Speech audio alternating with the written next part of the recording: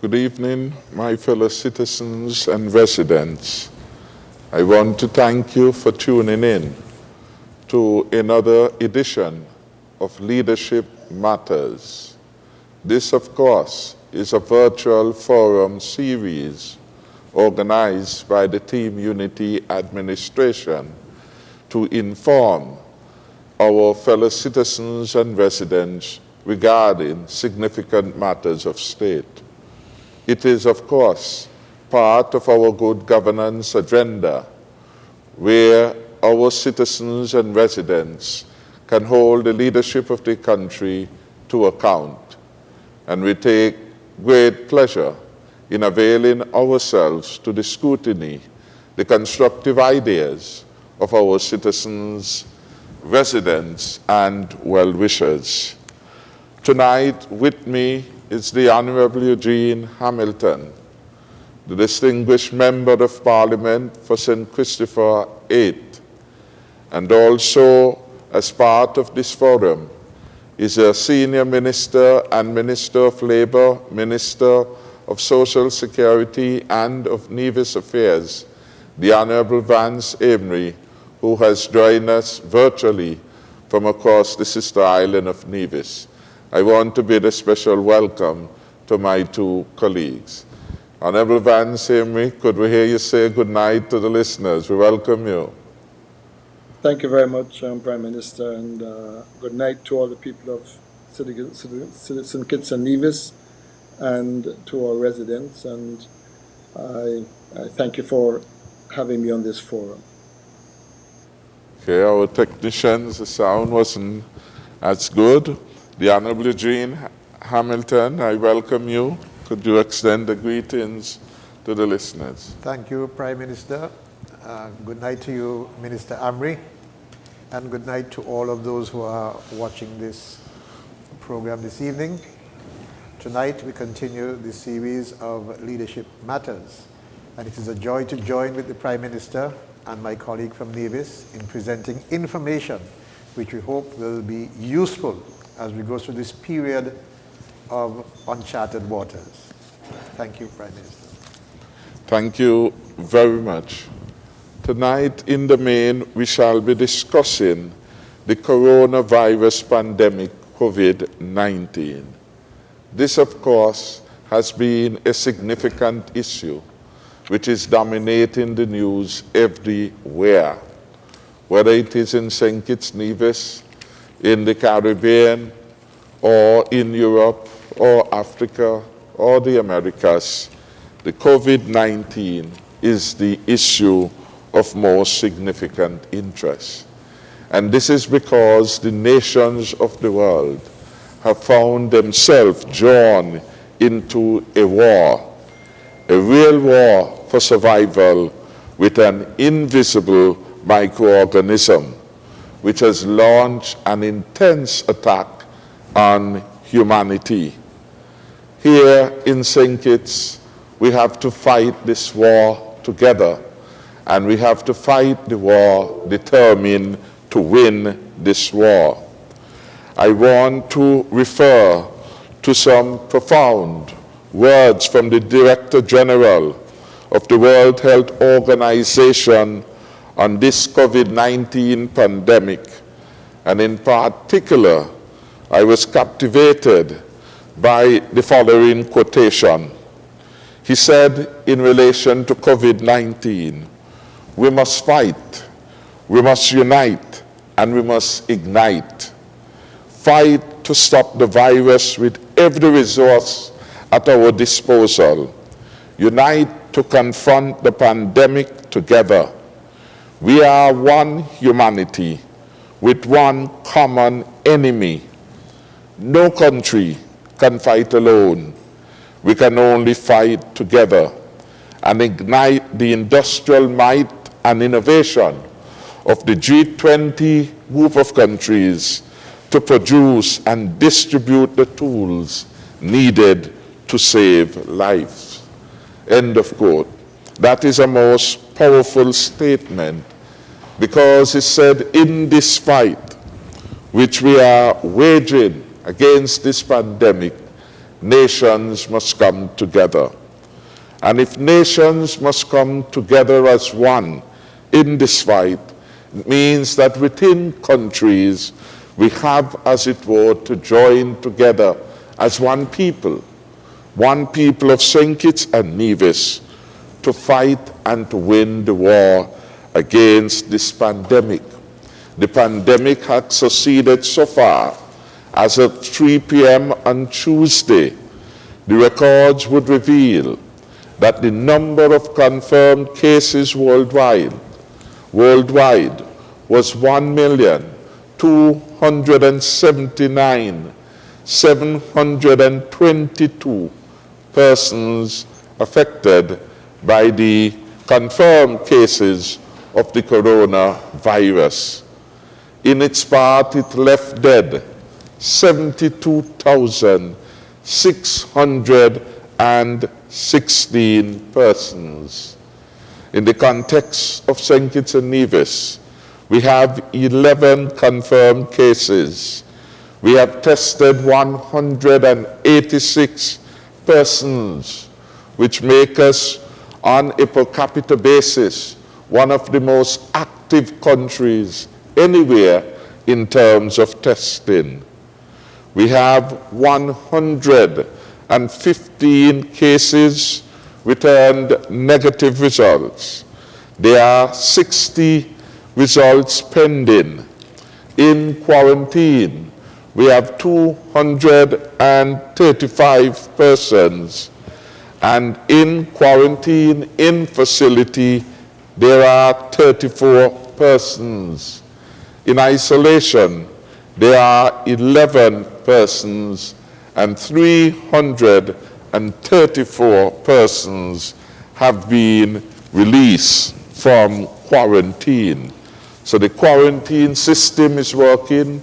It had been strengthened recently with the establishment of a task force headed by the Comptroller of Customs, Mr. Kennedy De Silva, and they have been very effective in going about the length and breadth of Basseterre, visiting and documenting the circumstances of those who should be and are in quarantine. As we continue to fight this war, the power lies in the hands of the citizens of St. Kitts and Nevis to do the right thing, to follow the advice so liberally given by our health experts and the team of patriots that form or comprise the National Emergency Operations Center headed by Mr. Abdias Samuel. There are some simple tips or health guidelines given to our people and to people everywhere if we are to prevail against the pandemic. And I want just quickly to mention a few of them. One, of course, is basic hand hygiene, washing regularly and properly. Then we urge our citizens to boost their immune system through healthy intake of vitamin C, their fruits, their vegetables, and of course, adequate levels of rest. We, of course, also invite our citizens to take the invitation to practice social and physical distancing very seriously. By doing all of these things, we can help to save lives. In addition, in our arsenal, we have the emergency powers regulations. And just earlier tonight, I mentioned the fact that we have asked His Excellency, the Governor General, Sir S.W. Tapley Seaton, to extend those emergency powers for us until Saturday, the 18th of April, 2020. The proclamation, of course, has been consented to by His Excellency, the Governor General, and shall find itself expressed in statutory rules and orders number 11 of 2020. Tonight, in the context of our efforts to slow the spread of the virus, and indeed to ensure we retard the intensity of the virus in St. Kitts and Nevis, the government of St. Kitts and Nevis, working collaboratively with the Nevis Island Administration, have determined certain further actions are required. Apart from extending the emergency powers, we have determined that it was necessary to impose a 24-hour lockdown for the long weekend coming up, starting on Thursday night and continuing until next Thursday morning. That is a significant effort on our part to keep our people safe and to ensure, by and large, that we will take as little a time as necessary before we are able to turn the tide. Of course, in response to the experience as we go ahead, we have had cause to revisit the matter of the limited access or restrictions that are imposed on the movement of our people from community to community, and in particular from rural communities into Basseterre. After consideration by the National Emergency Operations Center and their own outreach with the Chamber of Industry and Commerce and with supermarkets, the option that was settled too by the Cabinet in its meeting yesterday was that we should zone the Federation and thereby attempt to reduce the overcongestion in Basseterre and in Charlestown. So we have zoned the Federation basically into 4 zones. I want, for ease of reference, to refer to them very quickly. Zone 1, or the east side. Simply put, it is the whole of East Basseterre, continuing over into Connery, traveling via Cayon, going all the way down to Lavington, that is the community immediately after Sadler's. So, east side or zone 1. Very simply, we have taken East Basseterre with all of its contours going over to the peninsula, the Frigate Bay area, etc. And we are moving eastwards, northeasterly, to Connery, to Canada, to Keys, to Cayon, Otleys, Lodge Podrek, Lodge Village, Borio, Molyneux, Phillips, Christchurch, Mansion, Tabernacle, Bellevue, Harris Village, Sadler's, and Lavington are the communities making up Zone 1. So Zone 1, we are moving eastward in Basseterre, extending northeasterly out in the country as far north as Lavington after Sadler's. Zone 2, simply put, all other areas of Basseterre that are not included in Zone 1 represents Zone 2, or the west side. So after Lavington, the next significant community would be Parsons. And so if you take Parsons Village, go via Sandy Point through Old Road to Basseterre, all those communities constitute west side of St. Kitts. So west side again constitute or comprises those communities from Parsons Village, traveling through St. Paul's, through Sandy Point, through Old Road, and ending up in central Basseterre. Zone 2, for the record, would include the areas of St. Peter's also. So those are the 2 broad categorization used in St. Kitts, east side and west side.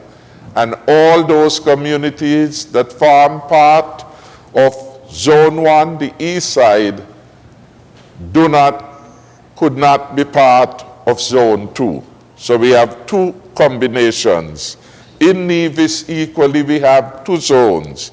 And in Nevis, it is perhaps easier to the extent that the communities or the Zone 3 comprises of the parishes of St. Paul's, of St. Thomas, and St. James.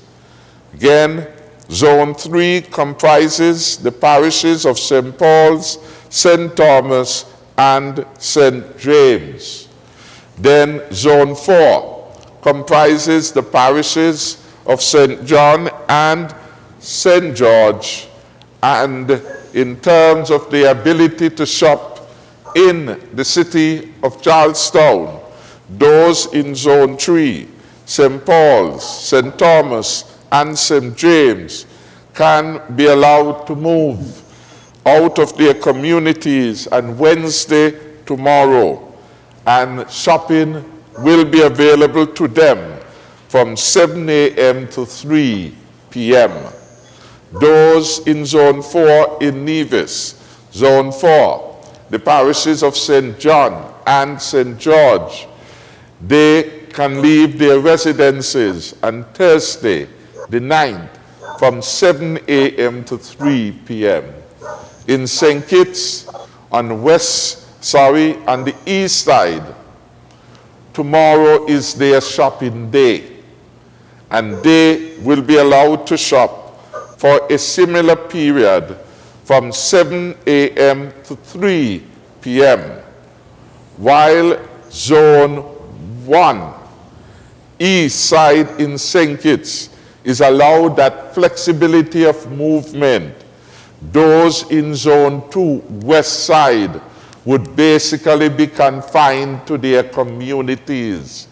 That is, except you are an essential worker, a nurse, a doctor, an emergency service officials for the health centers, for the health system, you should stay in your home and in your communities.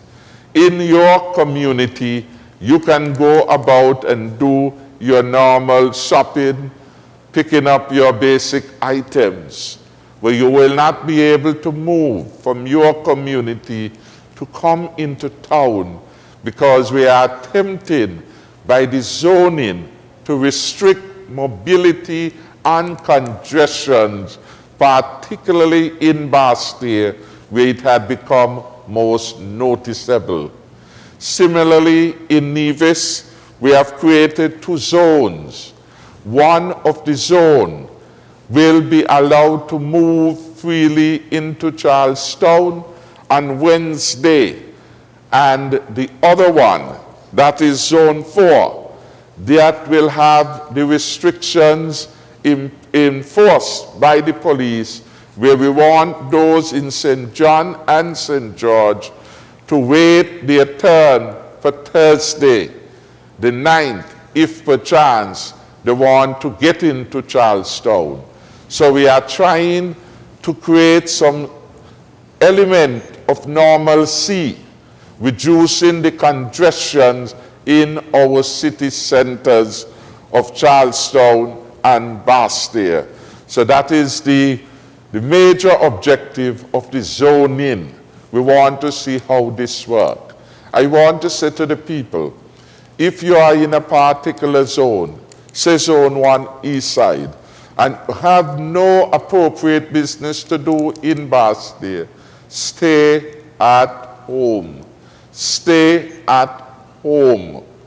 The life you will save may very well be your own. We want those who must move to observe social distancing when they get to their particular destination. Whether in the end they end up in a supermarket or a pharmacy, please respect the rules with respect to social distancing. That becomes very, very important for us if we are going to win the war. And we are fighting this war with all our might. We appreciate that there is some element of inconvenience, but the inconvenience we endure now, we have to see it as being very small and very insignificant, because at the end of the day, lives are at stake, and we want to, and we are obliged as a government to do all in our power to protect the citizens and residents of St. Kitts and Nevis from danger. COVID-19 is a clear and present danger, and each and every one of us must take it seriously. We want to get our country back to normalcy as soon as possible, and so we are taking these measures, enforcing them through the emergency powers, COVID-19 regulations, to ensure by and large that we keep our people in shelter, keeping them protected from themselves and from others, so that we could get to that part of normalcy. Yes, it will be inconvenient. It is inconvenient for all of us, but we have to deal with the matter now.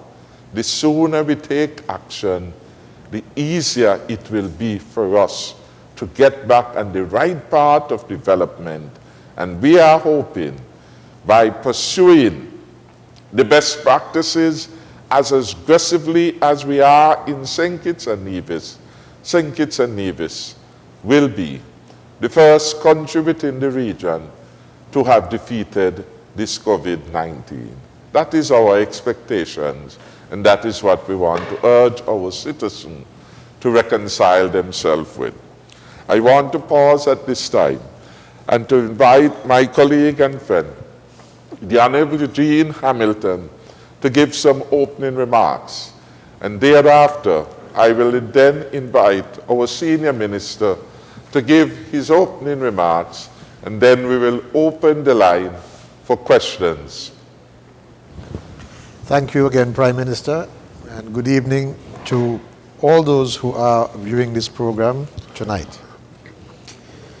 My opening remarks will be confined to how the Ministry of Agriculture and Marine Resources is organizing to support the needs of the citizens of St. Kitts and Nevis through this period, which is, as I said before, uncharted. Having been given the mandate to ensure that we have adequate food supply, the Prime Minister indicated some time ago that we had already imported more than 100 cartons of food. 100 came in, and they were able to supply food for the next several months. However, local food... Containers, 100 containers. Local food is, in my view, very safe and is important to add to the nutritional diet of the people of St. Kitts and Nevis. The government had before invested in technology to test the quality of the soil in which you produce food, and to also test the food. And the quality, the grade has been at 99%, capable of being sold and consumed anywhere in the world. I would therefore like to call on those in the hotels, those in the restaurants, and ordinary people here in St. Kitts and Nevis to consider purchasing local food from our local farmers. In order to support the efforts that the entire government is undertaking to ensure the safety and the health of the people of St. Kitts and Nevis, the Department of Agriculture held 2 meetings, one on March 29th, Saturday, and the other on Sunday, 30th. On Saturday, they met with the livestock farmers, and on Sunday with the crop farmers. And having held discussions with them, on Saturday, 65 farmers came, and the discussions revealed to them a number of the things that the Ministry of Agriculture is undertaking to give support to the production of their farming capabilities. And on Sunday, 100 persons came, and again, they were treated to the information how the government will be supporting their farming activities. For example, they were provided with information that government will support things like fencing, medication, feed, protection from dogs, some building materials, and technical advice. And we have already recruited the support of those from CADI, AICA, and from the ROC, the Republic of China on Taiwan. They were engaged in that meeting and agreed to support the Ministry of Agriculture in carrying out its duties. At that meeting on Saturday, I took the opportunity to inform those persons who had suffered some losses as a result of dermatophilosis that the government has already approved $500,000 to assist those farmers to replenish their stocks and to carry on with the business of producing protein for the use of the people who live here in St. Kitts and Nevis. On Sunday, the crop farmers, having been told by us of what we will assist them with, were given some seeds to take away from that meeting so that they could continue their planting or improve, double their planting of the produce that are required. In fact, on that day, the quantity of seeds that were distributed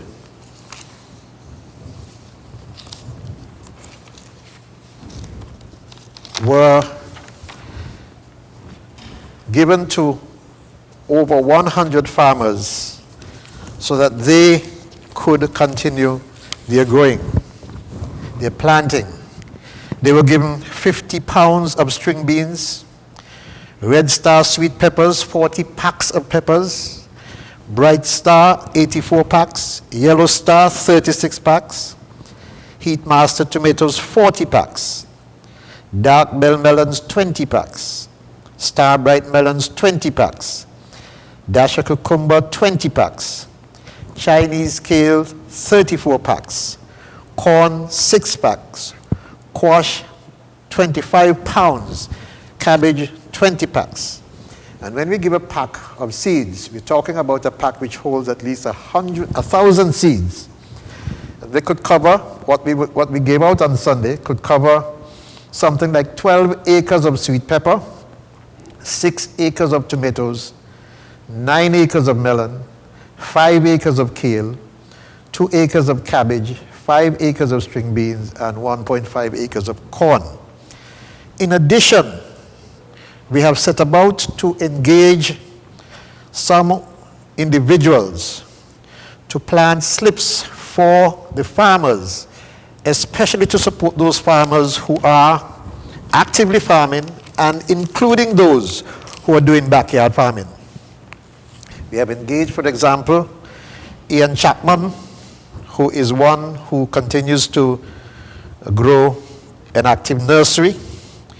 And we have spoken with Nigel Walters, someone whom you know as Jumpin, who has agreed to do this planting. And in a week or two, in fact, as we speak, Ian Chapman still has oregano, cilantro, sweet marjoram, those are some of the best seasoning, sweet corn, cabbage, lettuce, tomatoes, cauliflower, and okra. These slips are in his possession, and those who are willing to plant can call him at 762-2340. And then, of course, the ministry will open its offices tomorrow, Wednesday, and Thursday. And at the ministry, we already have broccoli, cabbage, cauliflower, and lettuce slips available for persons to take and continue their planting. These slips, which I'm speaking about, are being given to those who are in farming or interested in doing their backyard garden. These are given to you for free because the government is interested in ensuring that you have food security, because we do not know as we speak how long this crisis will last. And then, of course, when we meet on Wednesday and Thursday, we will plant out the entire area at La Grite in preparation for the next 2 or 3 weeks, when we will again supply free slips to those who are engaged in planting. It is why we have said to the farmers, those of you who have fallow land, we will then provide the preparation, give you all of the inputs for the preparation, provide you with the tractors, do the plowing, giving everything available, making it available to you for free, and giving you the seeds so that you could triple your planting. We want to be in a position in the next 2 or 3 months, and remember, at this point in the year, we are heading towards the summer months, when the rainfall tends to be a little less. And so we have to act now to plant so that we are not adversely affected by the dry months and get nothing from what we plant. So that is what we're engaged in at the moment, and we can go on to speak about a number of issues, but I will pause here, Prime Minister, and respond when questions come about what the Ministry of Agriculture is doing in support of COVID-19. Thank you very much, Mr. Hamilton. We will now hear from our senior minister and minister with responsibility for labor and social. Greetings to all the citizens and residents of St. Kitts and Nevis, and to advise that the Ministry of Labor and Social Security and Ecclesiastical Affairs, that we have a very important role to play in maintaining the stability of the environment in St. Kitts and Nevis, to ensure that the persons who are employed give a decent work. Those who employ them expect that they will get a full day's work for the pay which they give. But importantly, we do have standards which are set out in the ILO Convention, which dictate the conditions under which our people should work in our communities. And this is to ensure that the areas where people work, places of work, that they are clean, that they are conducive to the workers who go there to give their labor, and that the employers, they have a responsibility to ensure that those places are maintained in a satisfactory manner. We work very closely with the representatives of labor, the Trades and Labor Union, the Teachers Union, and also who represent the workers by and large. There is no public sector union, but clearly we work closely as a government with the Human Resources Department, with the Chief Personnel Officer and other heads of department, to ensure that the conditions under which their clerks and senior civil servants work, and that they are given the same recognition, and that there is no discrimination, that there is no claim of any harassment, all of which could be punished by law if there is any evidence of that happening in our country to any worker. The condition under which we function as the Ministry of Labor and the Department of Labor especially, is to maintain the harmony, to keep the stability in our country. Because we are satisfied that economic development, economic growth cannot,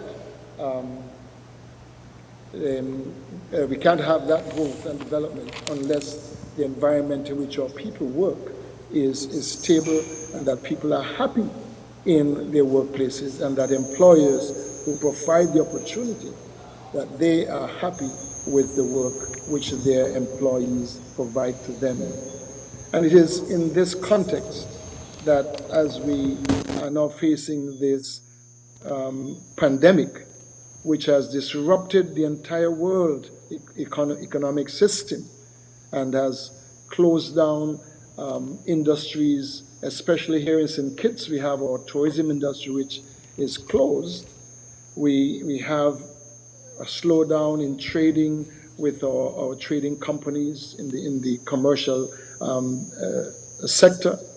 We have the informal sector where people would ply their trade by the side of the road or in their own places in the countryside or along the sidewalks of Charlestown and Basse-Terre, that there is that disruption which has made it necessary for the Ministry of Labor, the Department of Labor, and the Social Security Board to come together to look at how we can ameliorate and mitigate the stress which this crisis has caused to the workers and to the employers in our country.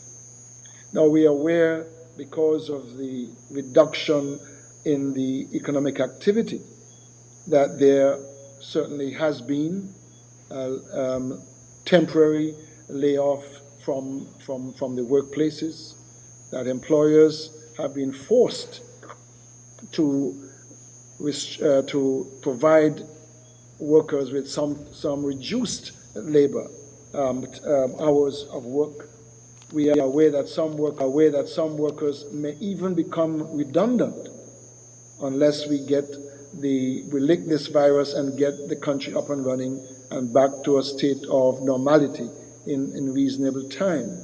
But these are the challenges which we face, and it is in this connection that the Ministry of Labor, the Department of Labor, and the Social Security Board and the employees in that establishment have come together in a very strong collaborative effort to provide some hope for the workers, especially those who were employed fully and are now laid off, those who may receive some reduced hours of work and therefore have impaired earnings.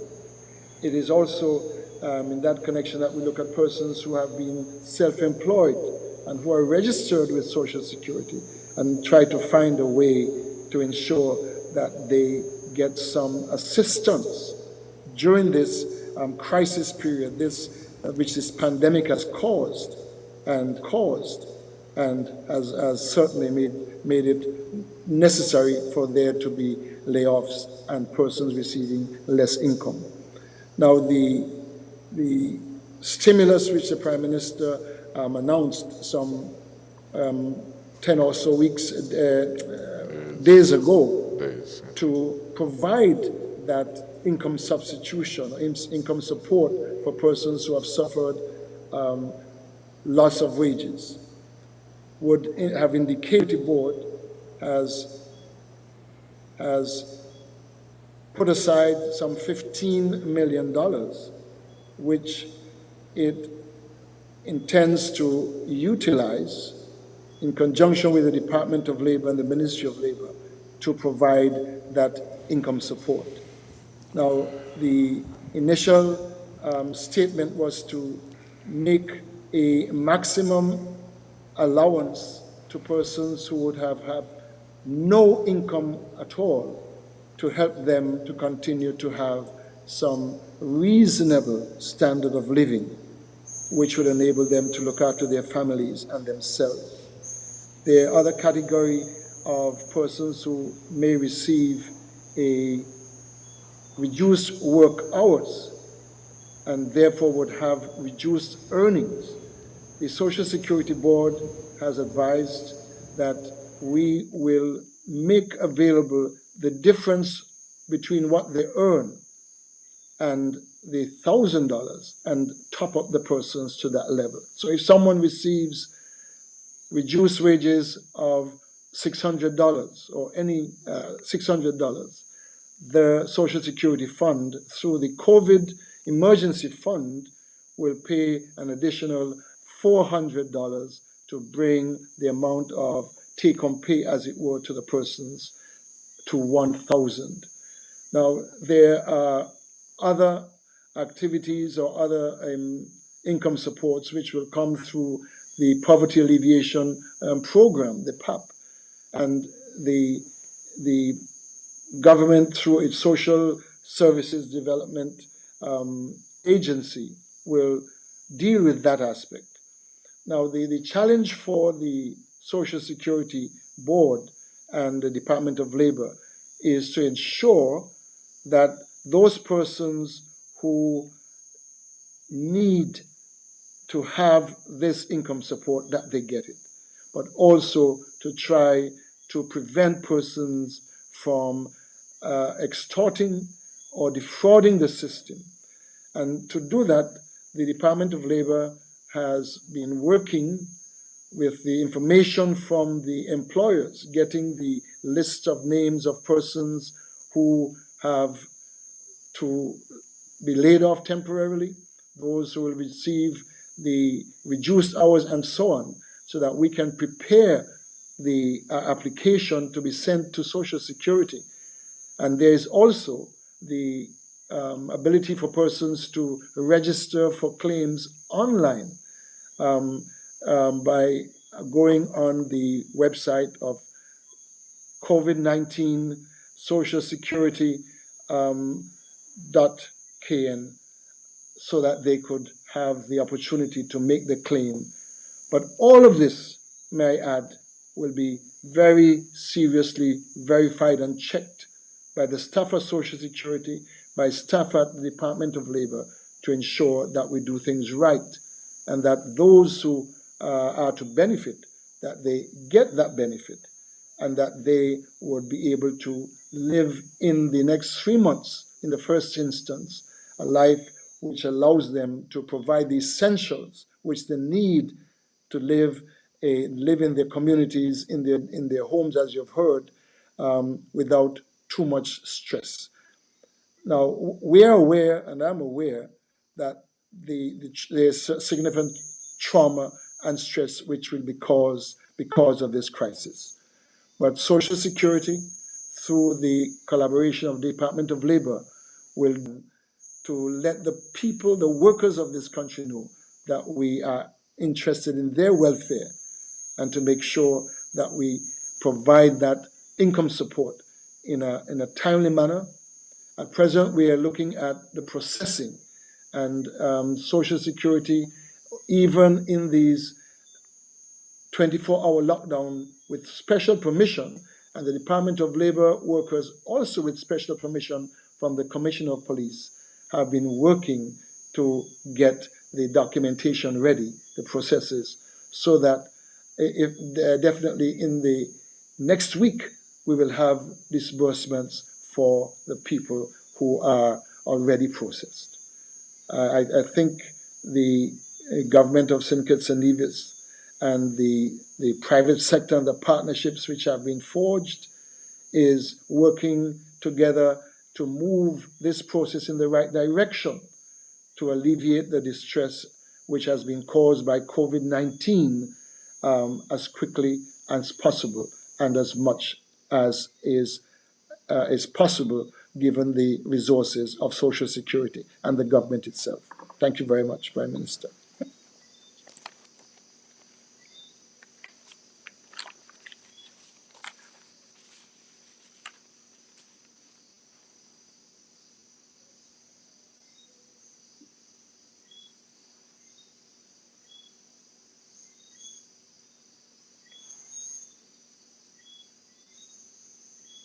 incomes as a result of the negative impact of COVID-19 on our economy. That is the tourism sector, where there have been job losses, in the related fields, retail, industry, and elsewhere. The good news is that the Social Security has already started work, notwithstanding the curfews and the limitations and persons being able to access work.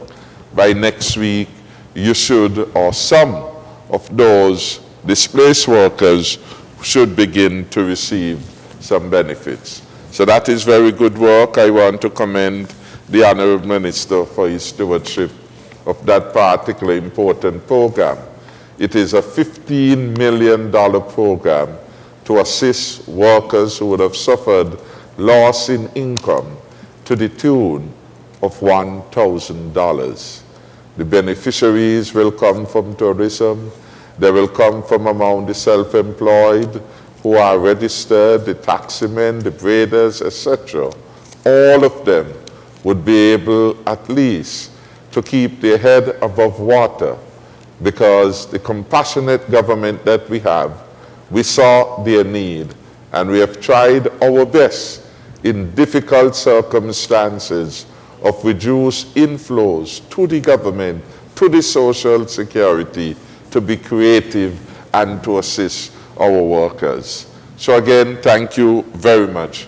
I want at this particular moment in time to open the line to receive any question, any comment that the caller may have.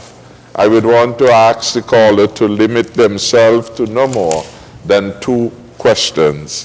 Thank you very much.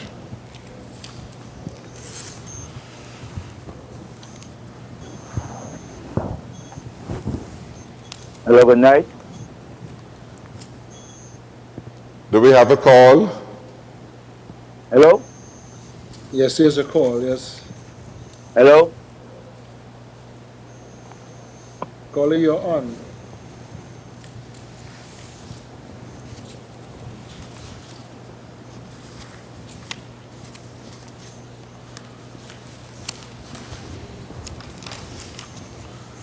Appears we're having some technical difficulties. Hello?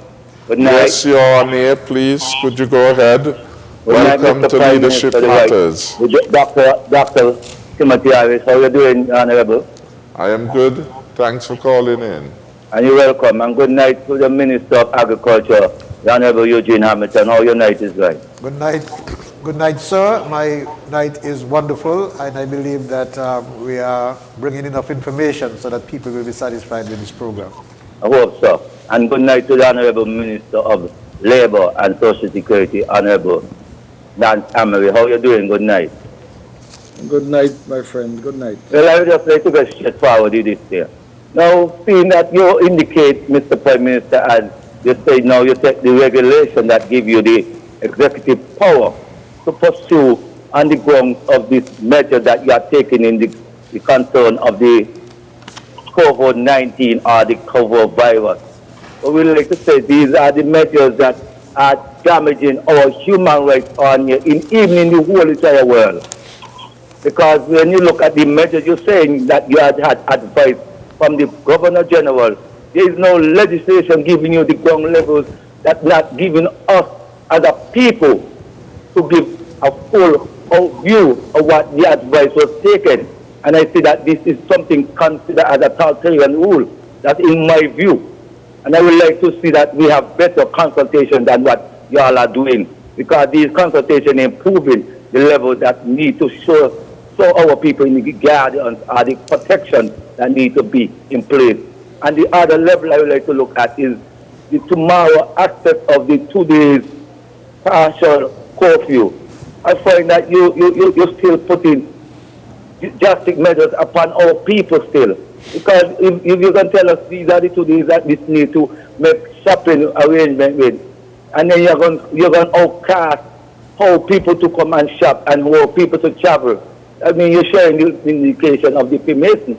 You all are practicing the work of the Freemasonry, and I hope none of you all are part of the Freemasonry. because these are the damages that are creating against all human rights, and I hope that we see our people have a proper initiative in how we're going forward, fighting against this man-made disease that are still indicating to safeguard because of the money making by the pharmaceutical companies them. And it's time now we look back at nature, because nature is calling out for equal rights and justice. You all have a safe night. Thank you very much, caller. Is there another caller online?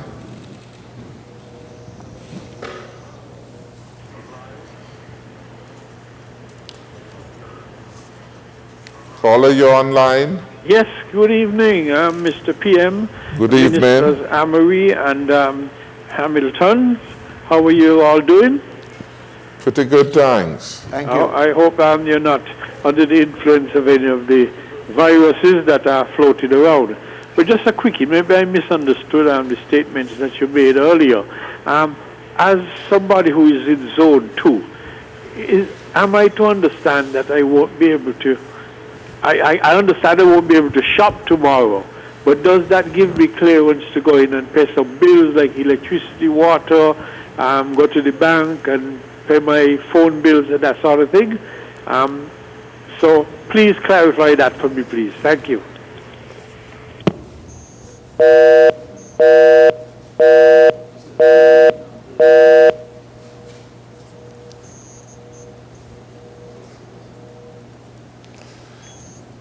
Caller, you're online. Welcome to Leadership Matters. Yes, good evening, gentlemen, distinguished gentlemen. Just a question. Is it not possible, right, that to alleviate a lot of these long lines that we have, that, everybody should go into town and make it mandatory for everybody to wear masks, so at least we have covering, and we could accommodate more people in the stores, but still practice safe distancing. Just something to consider. Thank you. Thank you very much.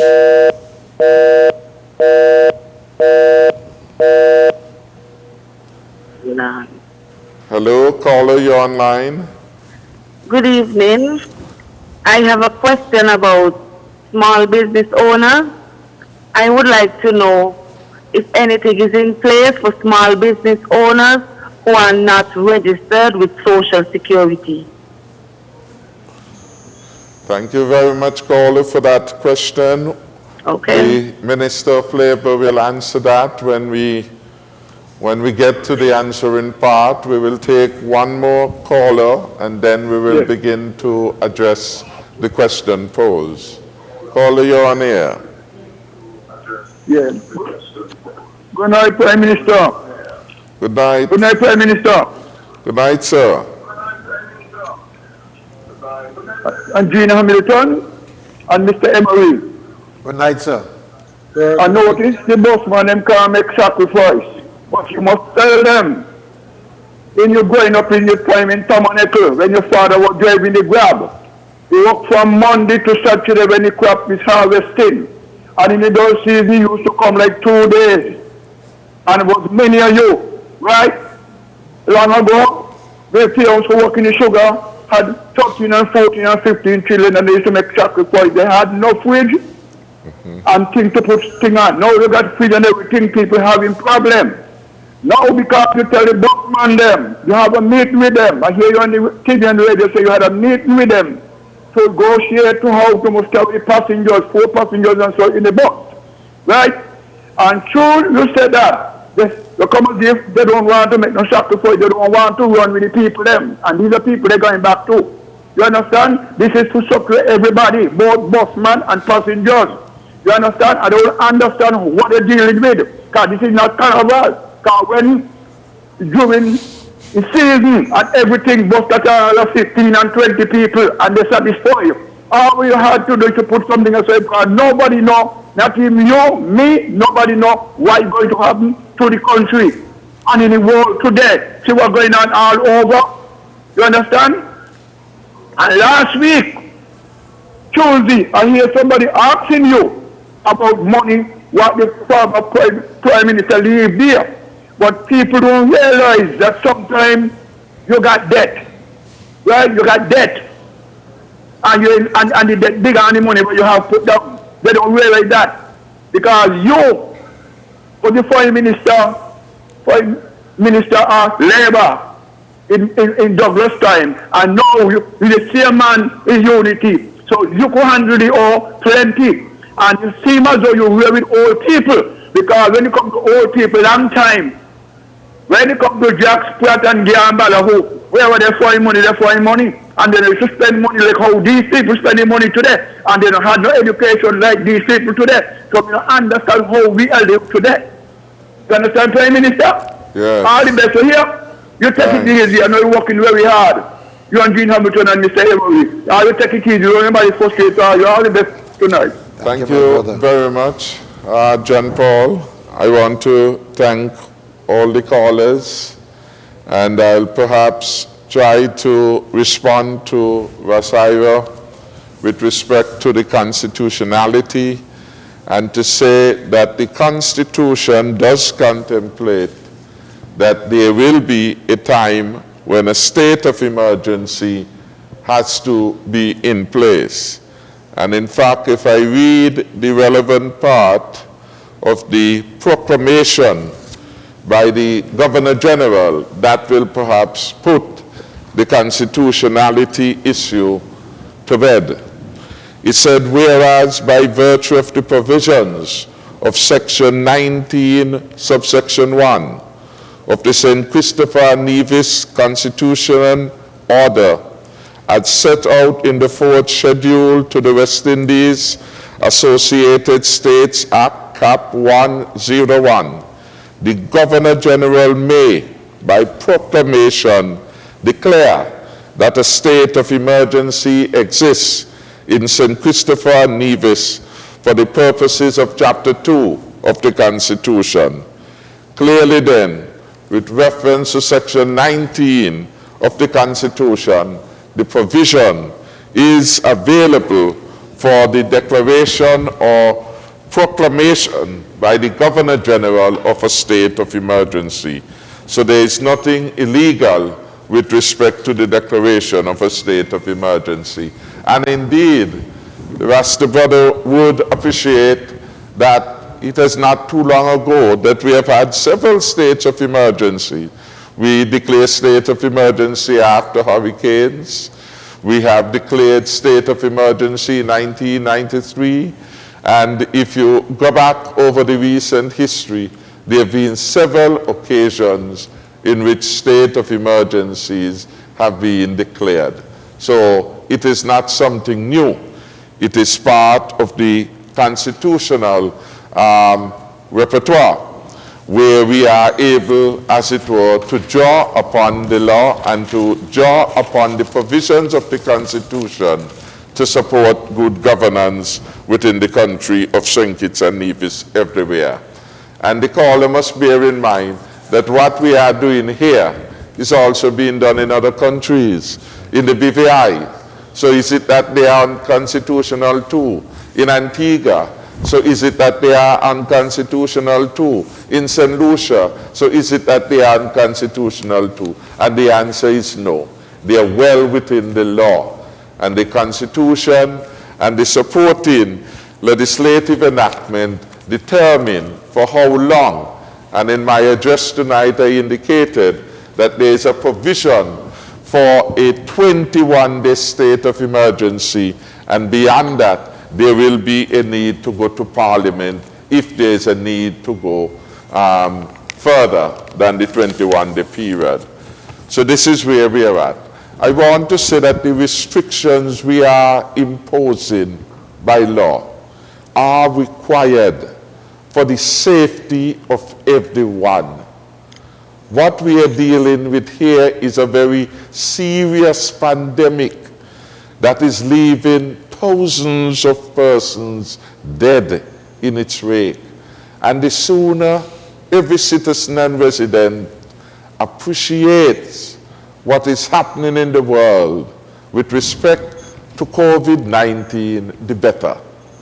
Because the sooner persons appreciate what is at stake There will be no need for anybody to impose a curfew on you, because you will understand that you are safer at home, that you are safer by avoiding crowds and congregating in any measure. Because all of us must be aware that in Antigua just the other day, the police entered in the church to remove people or to break up the crowd because, as it were, it was going to create a health risk for people. Sometimes people take actions that are not in their best interest. And when that happens, the agency, some agency of the state, must intervene to protect us from ourselves. And that is where we are going. The second caller asks that if they are in zone 2, can they go in to pay their bill tomorrow? The answer is no. And we first start with an understanding. What is the zoning intended to do? The zoning that will be enforced tomorrow by the police is intended to restrict congestion and restrict the overcrowding that many persons complained about that occurred last weekend.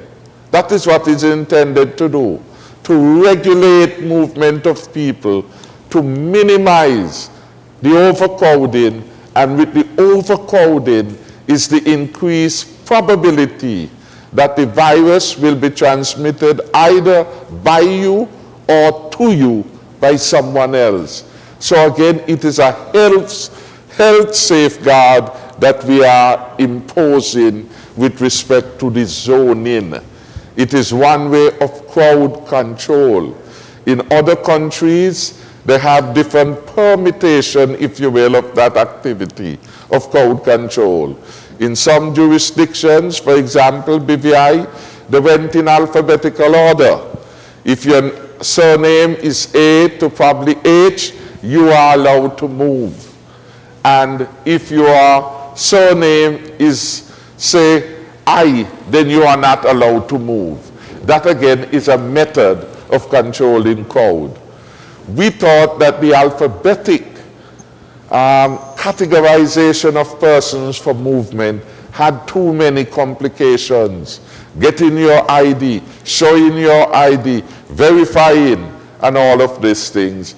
And it would have created too much of, if you will, tying up the time in unproductive ways. The easier and the cleanest way for us was basically to have people move by zone. I want to make reference to the existing SRO number 10. And number 10 says that when there is a partial curfew, as we will have from tomorrow morning until tomorrow, I think at 7, when there's a partial curfew, it says that the movement on the day should be exercised in accordance with Regulation 18. So in your particular zone, if you are not allowed to move and you need to buy some bread, yes, you can go into your zone and buy your bread. So if you are in Sandy Point, you can't move from Sandy Point to go town because the police will enforce the roadblocks and what other mechanisms are required to ensure that you don't get into Bastille. But you certainly can go to Benjack Supermarket and buy your bread and go back home. And wherever you venture, you have to observe the rule of social distancing and physical distancing. We are trying again by zoning to prevent the overcrowding of the city center, to, as it were, halt people and to help people to prevent persons from getting into the city and creating too much of a congestion and increase the health risk to themselves in Bastille or in Charlestown. We want you to operate in your zone as much as possible and to be outside as little as possible. That is why we are saying that even when you're going shopping, go with your list.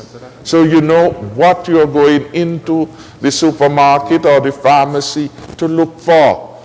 And you are not, as it were, in a very gingerly manner, going around in the supermarket looking for things that you may suddenly determine that you want, which you really don't want.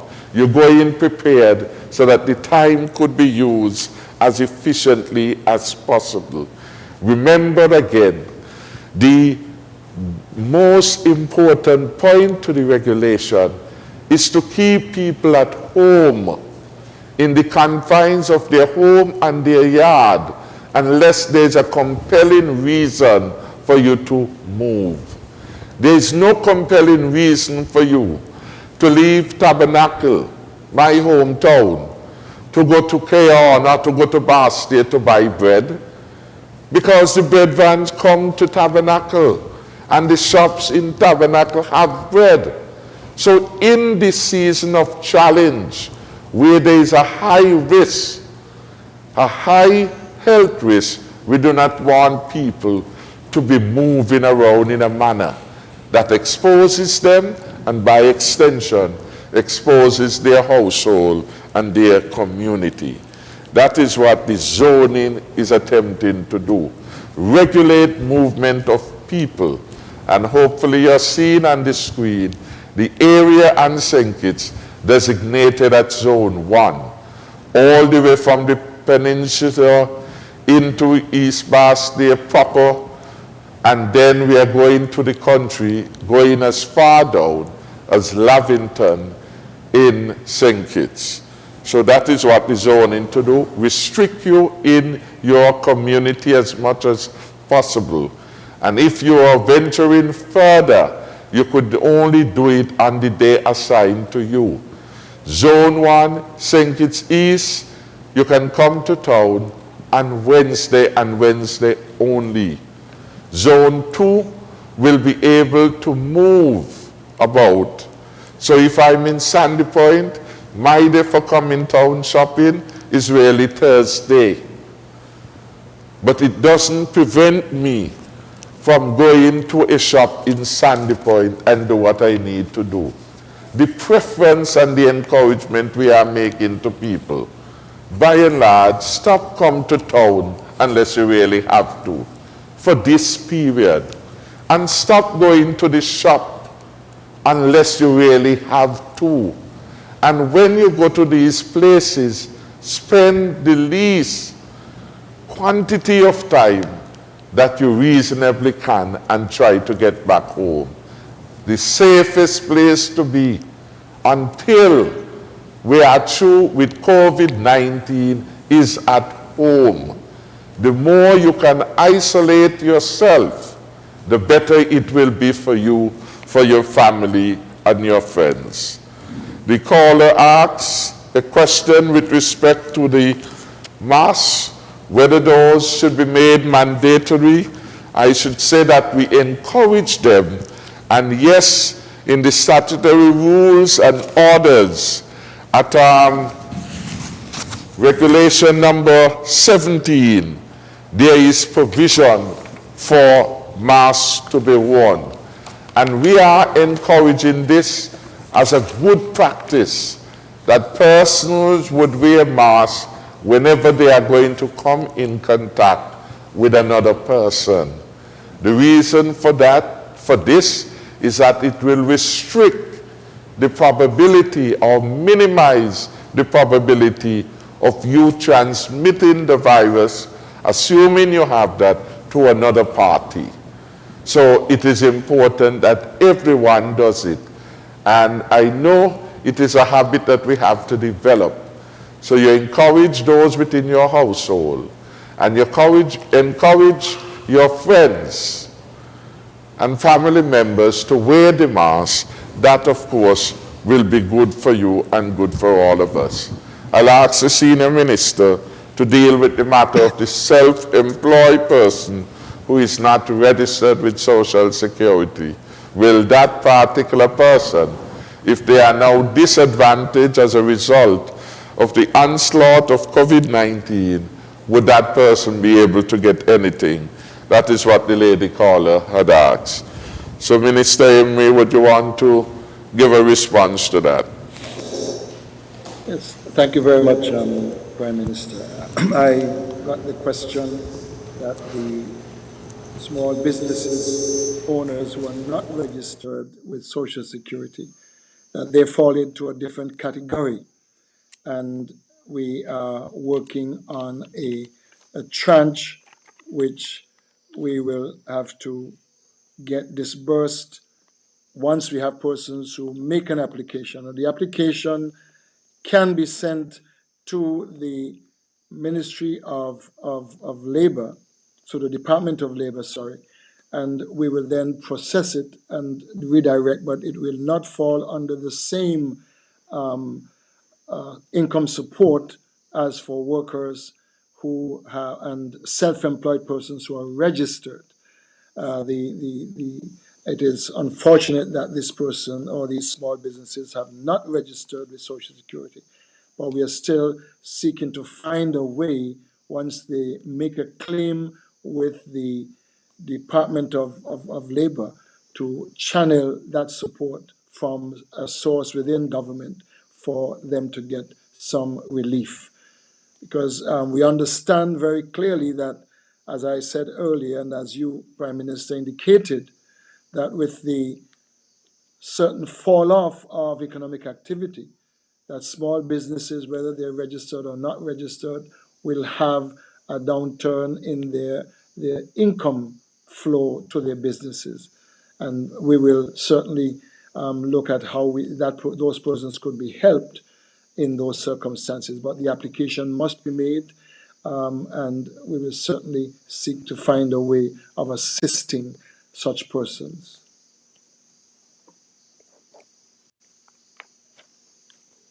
May also be entitled to assistance under the Poverty Alleviation Program being administered jointly by the Ministry of Sustainable Development and the Ministry of Sustainable Development.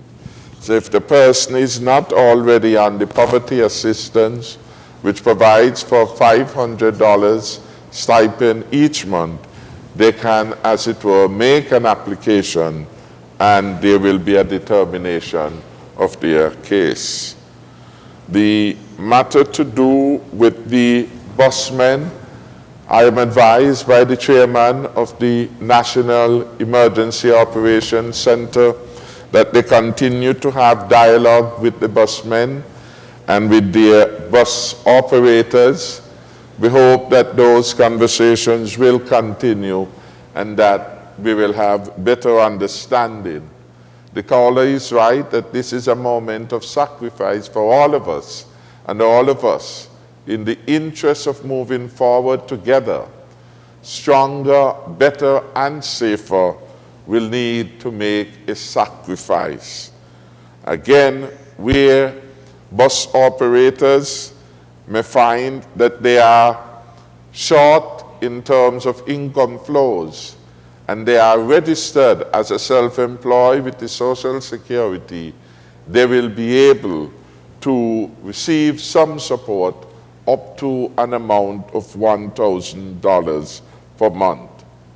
And equally, if they qualify, that is, their earnings is such that their household, now as a result of the fall in their own earnings, they now become a household earning less than $3,000, they can get the support of the PAP program, Poverty Alleviation Program, to $500. Again, we will now open the lines again. If there are more questions, we gather we also have some questions being posed online. Those will be made available to us, but we open the lines for other callers. Caller, you're on the air. So we're having a lot of calls right Good night to the now. Honorable We've had Prime about Minister. 10 Good calls night. in the Good last night. 5 minutes And good night to regarding the the zoning. Honorable Eugene. A lot of the older people that are calling have Yes, you're on the air.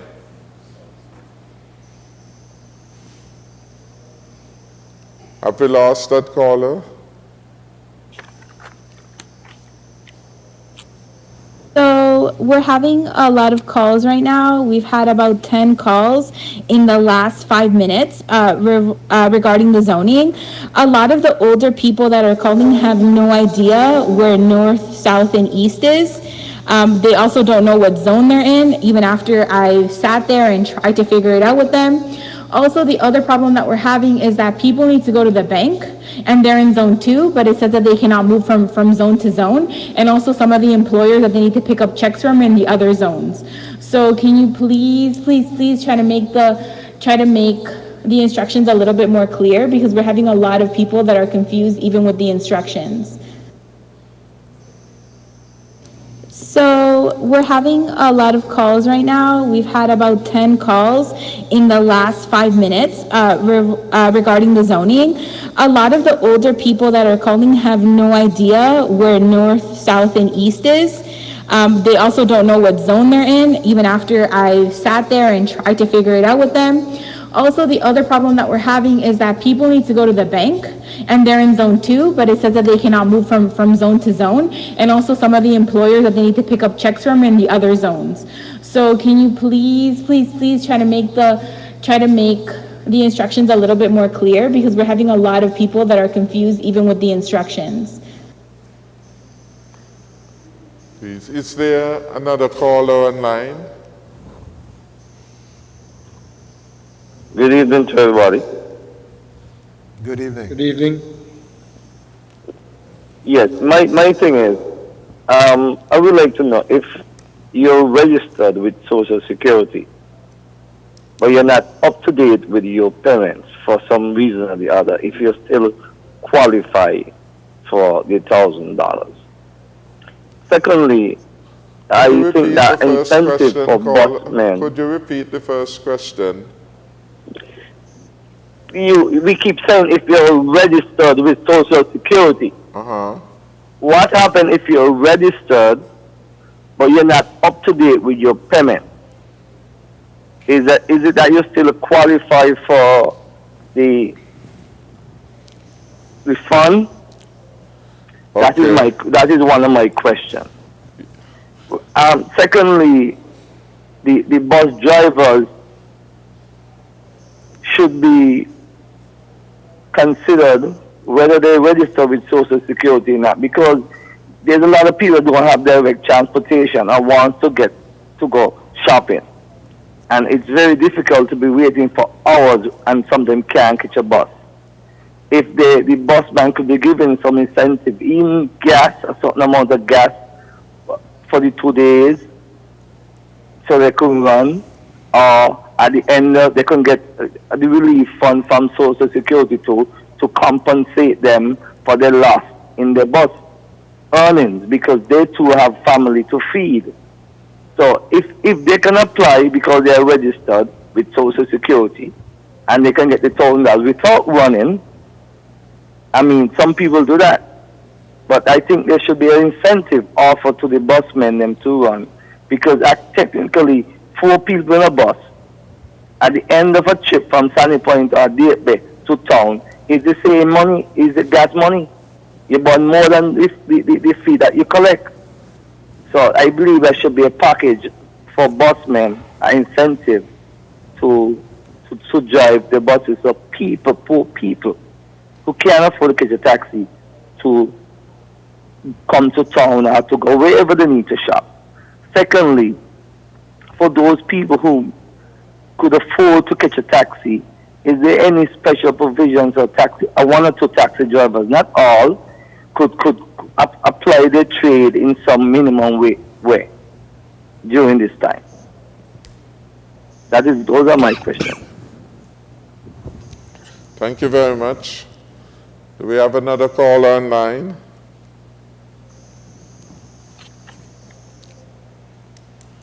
Caller, you're online. Good evening.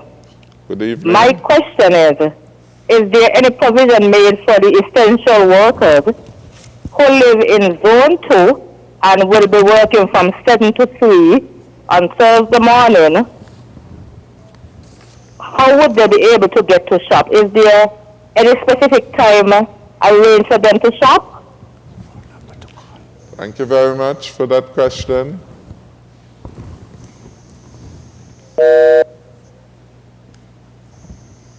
Hello?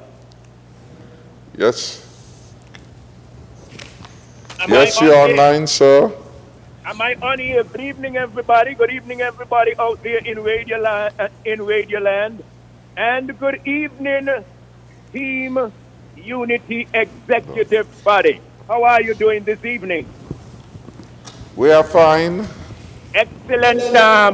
To Mr. Vance Amory, I just want to simply say thanks for gracing our humble home with your august presence.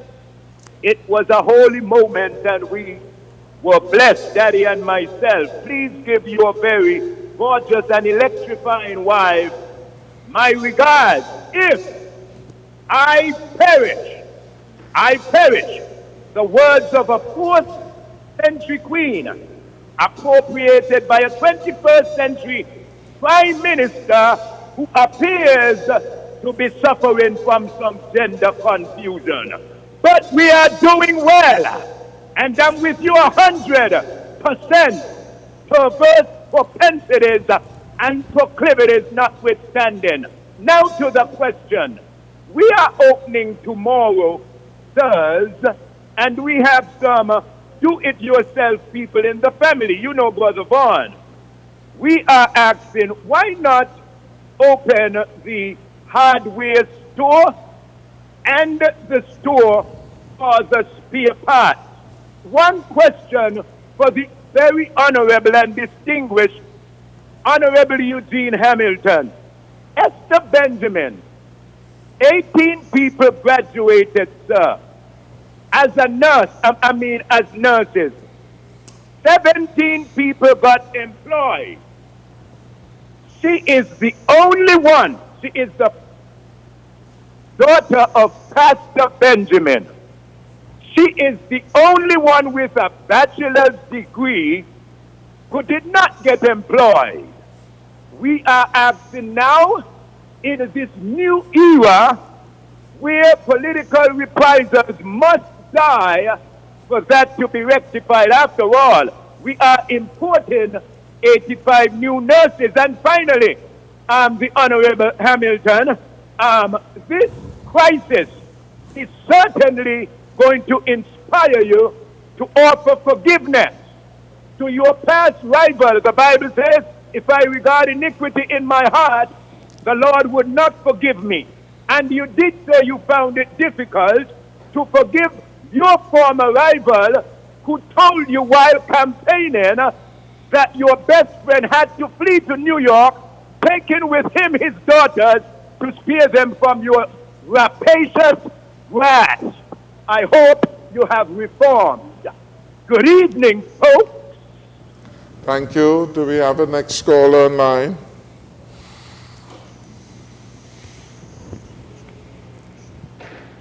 Hello.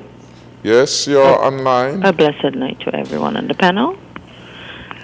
Good night, I caller. have just a little confusing thought in that there is $1 million+ put into a fund to help people with the relief of the COVID-19.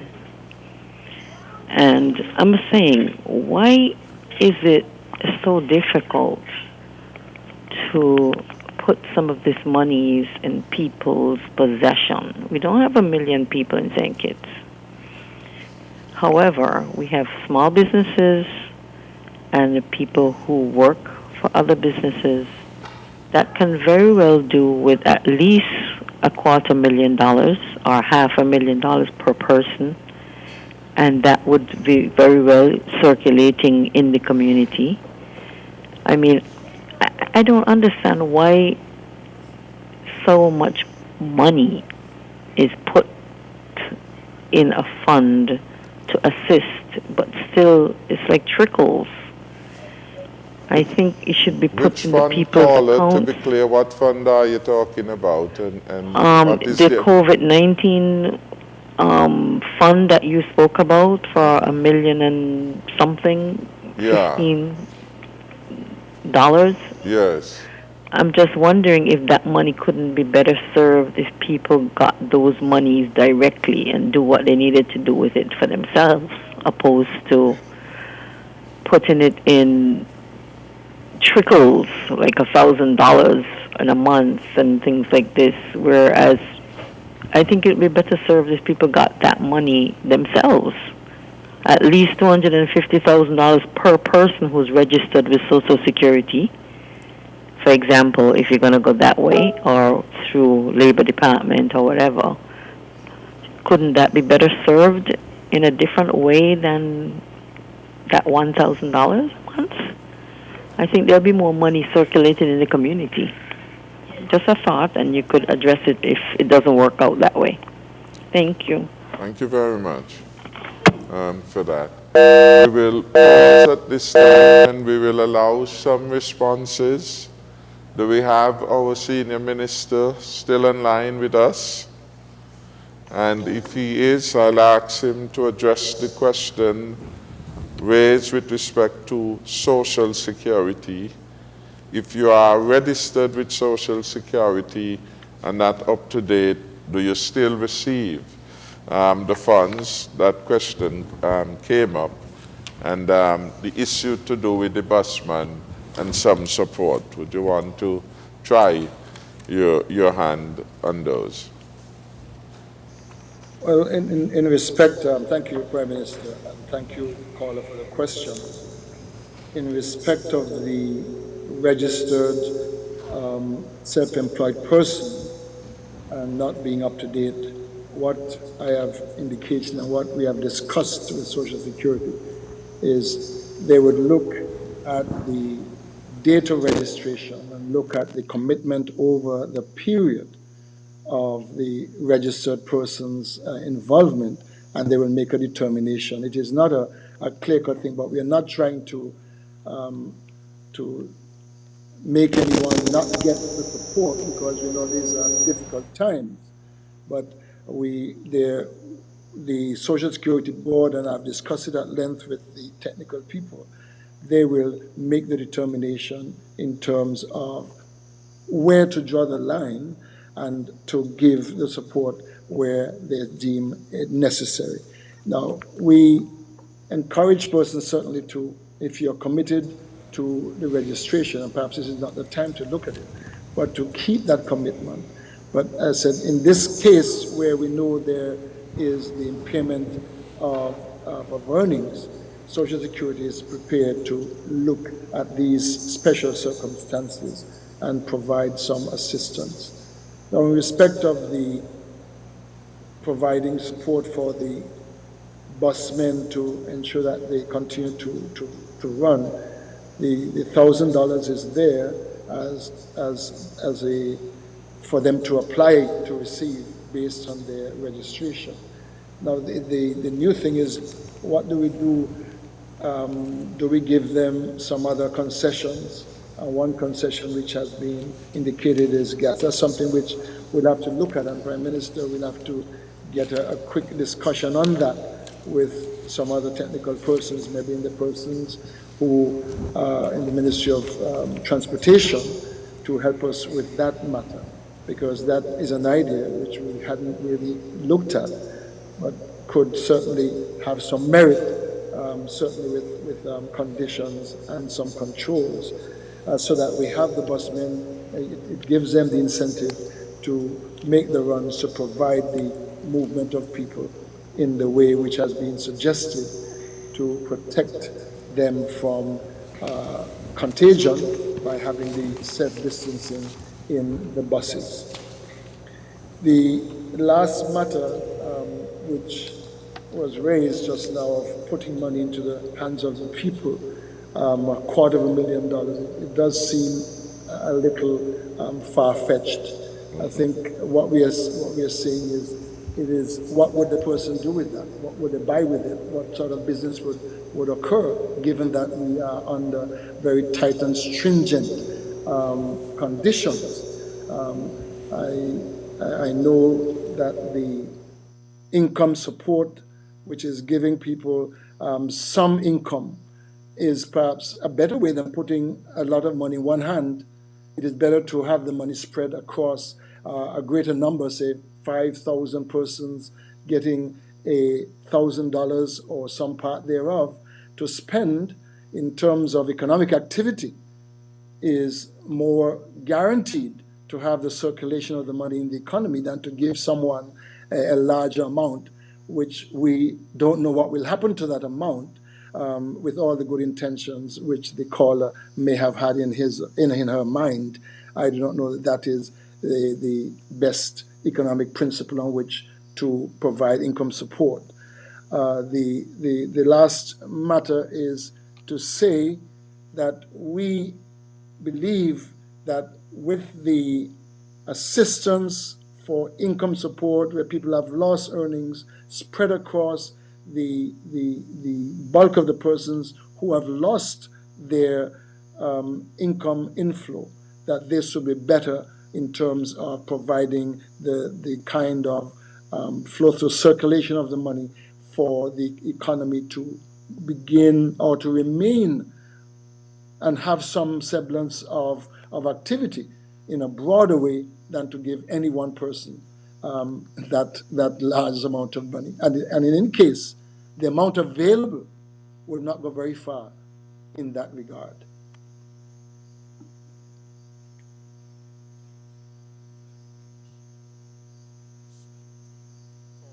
Who raised the issue of any provision for essential workers to be able to shop? The answer is yes. The NEOC has had discussions with the supermarket operators, and they were in fact wanting to show their strong support for the outstanding performance to date of the essential workers, and they have agreed to provide an opportunities for essential workers to shop on Wednesday and Thursday. The time will be from about, well, let's say between 3 p.m. and 6 p.m. is the time reserved for essential workers to be able to shop at the supermarkets. And I am advised at least 2 of the supermarkets have agreed that they will give the essential workers a discount as a mark of gratitude for their outstanding service to date. In that regard, I want to read Section 8, that Regulation 8, that defines who is an essential worker. It says that essential worker includes essential officers of the Royal St. Christopher Nevis Police Force, the police officers. They will receive a special opportunity to shop between 3 and 6 p.m. This is in appreciation of the fact that they are so busy looking after us, taking care of us, that very often they do not get the time to attend to their own lives, and in particular their necessities with regard to shopping.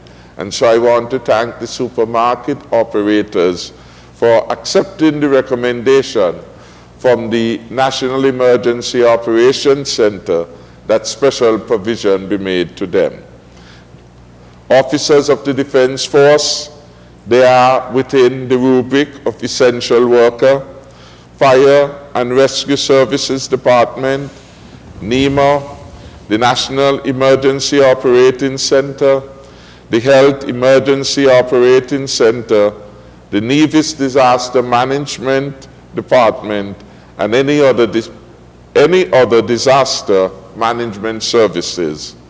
Those who work at the prisons, correctional facilities, or other similar establishments would be treated as essential workers. The hospital, the health care or medical facility, customs department, immigration department, air and support authorities, media workers, including those at ZIZ, the Office of the Director of Public Prosecution, the Attorney General's chambers, members of the Parliament, etc., they are all covered as essential workers. It is required under Regulation 8, Sub-Regulation 3, that all essential workers shall at all times carry personal identification and official work identification where possible. So you walk with your ID, and as far as possible, if you appear in your uniform, that also makes it easy for you to be identified as an essential worker. Between the hours of 3 and 6, you will be allowed to shop. I want to put on record the government's highest appreciation for the contribution of the essential workers. And again, thank those supermarkets, some of which have agreed that they will give them a discount for that particular concession. With respect to the opening of hardwares and spare parts, perhaps in time we will get there. But right now we are under a state of emergency. And I want people to recognize everywhere around the world, once there's a state of emergency, only essential things basically are allowed to continue. We have, in the context of what is happening and the real threat to life that the COVID-19 poses, ensure that we minimize crowds and minimize congestion in any area. If we were to have the hardware stores open, we are adding another batch of people coming into our cities with all of the complications. And as we begin to add more and more and more, it is going to become problematic. In other words, you're going back to normalcy in an abnormal period of time. It will not work, and we will not get there. What we need to ensure is that we take the advice of the health professionals, we abide by the requirements of the emergency powers, COVID regulations, and we try as quickly as we can, by compliance, by good behavior, to get over this period in which we are faced with the challenges of the COVID-19. And if people listen to the news everywhere, it is common best practice everywhere that only access to essential services, food, your prescription, etc., are what persons are allowed to be able to attend to at this particular juncture. And whether it is Jamaica, Trinidad, in fact, Trinidad just recently determined that even restaurants, food outlets would be closed for a specific period of time. So we have to be careful. And that's basically, I think, the questions that we have had.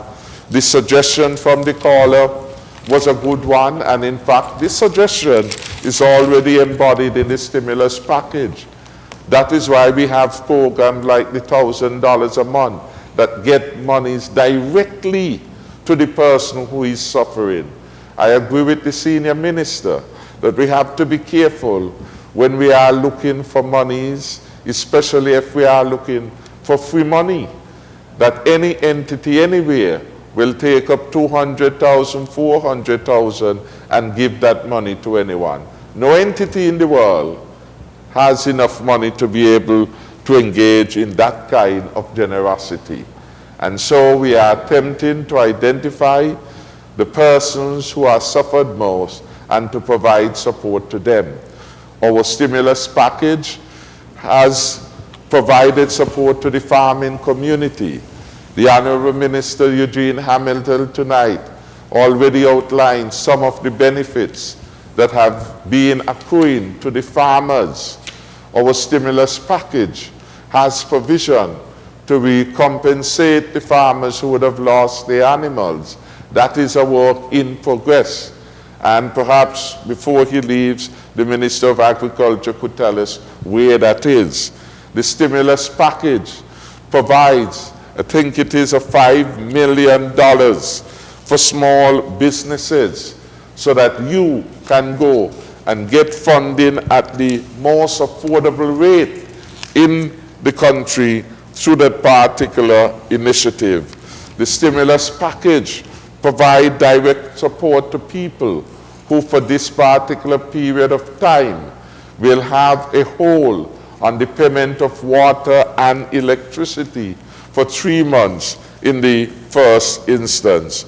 So there are a lot of direct payments available to persons. Our program, for example, also envisage a $30 million build-out for mortgage finance that will go to those persons who qualify. So there are several benefits. In fact, it was over 22 areas of engagement in which we outline in the stimulus package that will benefit people throughout St. Kitts and Nevis. I want to draw the contrast because in St. Vincent and the Grenadines, for example, where they've started a similar program after us with respect to support to those who would have been disadvantaged. My understanding that they're offering about $75 per week. Here in St. Kitts and Nevis, we are talking about $1,000 per month. $75 per week works out to about $300 per month. So we are doing much better, much better. The smallest independent country, we are, as it were, doing much better than all the other countries within the region. So we are listening, and as good ideas come, we will certainly adopt them, and we have had some very good ideas coming tonight, and I want to thank the callers. We are going to be wrapping up in another 5 or so minutes, so we can take a few quick calls, and then we will begin the wrap-up session. I would allow the ministers to give their parting comment, and then I will close the program.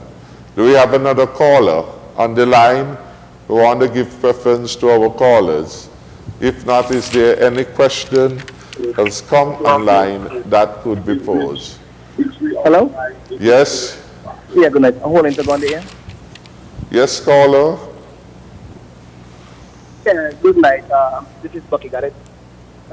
First, let me congratulate you on a good job that you're doing. And as I said, leadership matters. Now, a few persons don't understand what the government is doing in terms of keeping us protect, keep us safe. And this zone that you put in place is very simple. Many persons are asking about agriculture. Is it going to be open on Thursday? Because we're in the zone 2, Old Road Sandy Point section down there. So maybe Mr. Hamilton, the Honorable Hamilton, can probably say if agriculture would be open on Thursday. I know I sent out a message that it's going to be open on Wednesday, but nothing has been mentioned about Thursday. Also, Mr. Prime Minister, I've been receiving a lot of complaints about supermarkets having their price raised significantly. I think maybe you should, they shed some light on that. Because during this time, when the country is under pressure with this pandemic, we don't want the supermarkets to take advantage of us. And what I've asked persons to do is to show us evidence, right, of a price that move significantly, so the Department of Consumer can look into it and bring it forth to the cabinet, so they can look at it and review and say if they're really going way over the market price, right? Do I have any more questions? There's so many questions that persons want me to ask, but I think once you outline what you are doing to protect us, we will get the message. Because It's just to get the message that persons are missing. Many persons want to know about when they will be able to access the funds so they can go shopping. Maybe that's something you can kind of shed some more light on in terms of the $500 if it's going to be paying sooner. What about the government workers if they're going to get paid sooner? You know, in terms of shopping too, right? I want to acknowledge the police for doing a good job. I've actually passed during my broadcast media, and I've seen your officers telling persons to keep your distance. You know, otherwise they will have to ask the business to close. So your officers is doing a good job, even on the road. I know I have got stopped as Bucky got it, and I show them my ID, and I allow to pass. So they are doing a good job in keeping the peace. You know, and to Honorable Wendy Phipps is doing a good job on the CMO of keeping us up to date in what is going on. And by ending, leadership matter, and you at the head of the table, making sure that we in St. Kitts are safe. Thank you very much, Bucky. We appreciate the call and the comments. Do we have another caller online?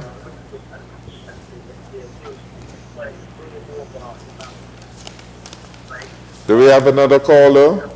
Yes, we do. Yes, we welcome Good evening, you. sir. Yes, good night. My question to you is, according to Mr. Williams in his dissertation of this evening, he mentioned that there was some fake news going around about the alphabetical order shopping for tomorrow and Thursday. But now I'm listening to you, I'm hearing that you have zoned the island.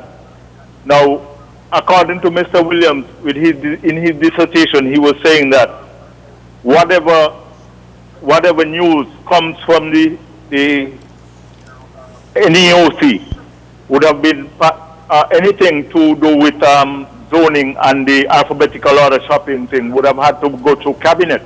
But that I know of, as I am aware, I would just like to know if the cabinet met at any time during the state of emergency to determine that you will have the island zone, because we have not heard anything pertaining to that, even in his dissertation of today. But yesterday he was saying that the alphabetical order shopping thing was fake news. So I'm just wanting to know if the cabinet met and determined that such would be the case for tomorrow and Thursday. And if it didn't meet, then it means that you're trying to impose totalitarian law on us here in St. Kitts. Thank you, caller, for your input. We will take the last caller. Yes. Prime Minister. Yes. Imagine people asking for the kind of money. Something got to be wrong with them now. They don't understand your patches. Like what went to Venezuela, go pay off all them load of money. They don't understand you got to put money back in the bank to claim our land. Yes. They ain't realize all that. Yes. What kind of conscience with people in the St. Kitts and Nevis really have? You have to go after the IMF money again. All them kind of 3 sets of money you pay out, you know, and none of $12, none of $5, and they asking for this amount of money. With so much people in this country, yeah. Mr. Prime Minister, don't tell you don't let us stress out, you know. When you think you pick up money, that's why you're glad you got the owe. And I'm going to say all the time. Thank you very much, caller.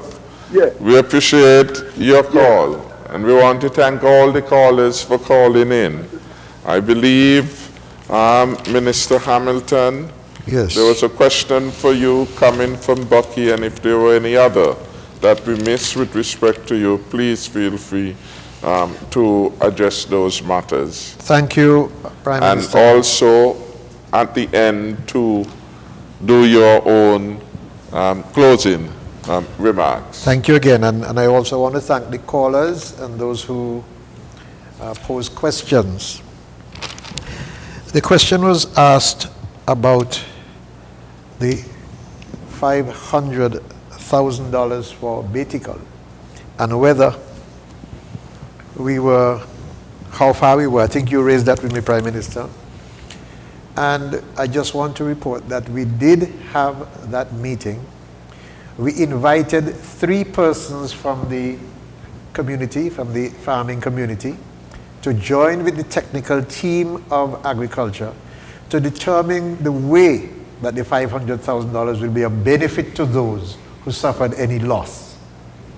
We did not want the technical people to make this decision on their own, and those who are in farming had no input. Thus, we invited them to send 3 persons. And so between the persons who represent the associations and the technical people, the task of administering and distributing and supporting that farming community will be done, and it will be undertaken in time. What has happened, however, is that the last few days we've had lockdowns, and so it has not progressed as fast as we would like, but certainly we would do so. What I will say, though, is that we will, I think the question came about whether or not we will be open on Thursday, that we had originally said Wednesday, and that is true. We had only indicated to the public that we were going to be open on Wednesday, but given the zoning which has been done, it has become necessary to open both Wednesday and Thursday.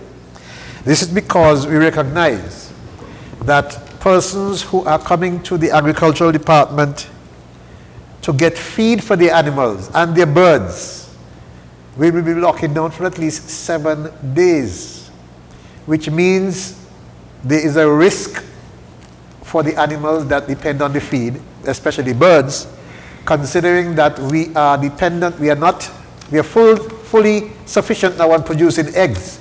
We do not want to reduce that below that 100% at all, because this is where we get our protein. And so we would want to make sure that those from zone 1 and 2 can, on the day when they can come to Bastia, be able to access the feed for their animals, again, especially birds.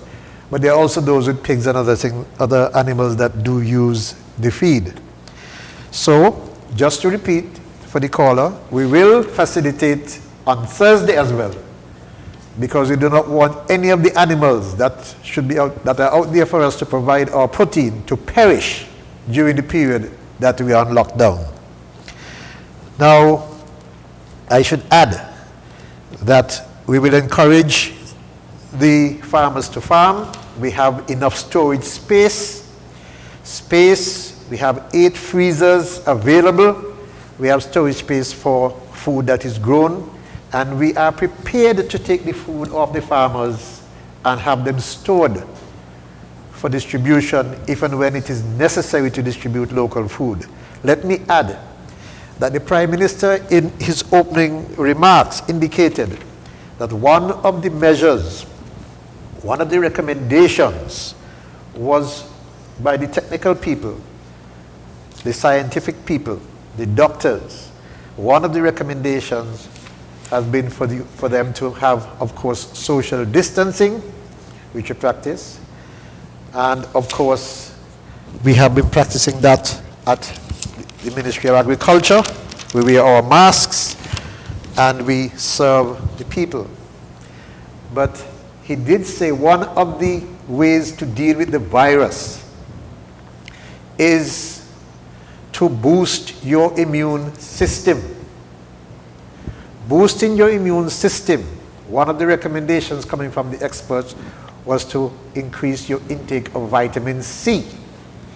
Now, I should add that the scientific world suggests that boosting your immune system, while vitamin C is right at the head of the list, it is important also to have vitamins A and D.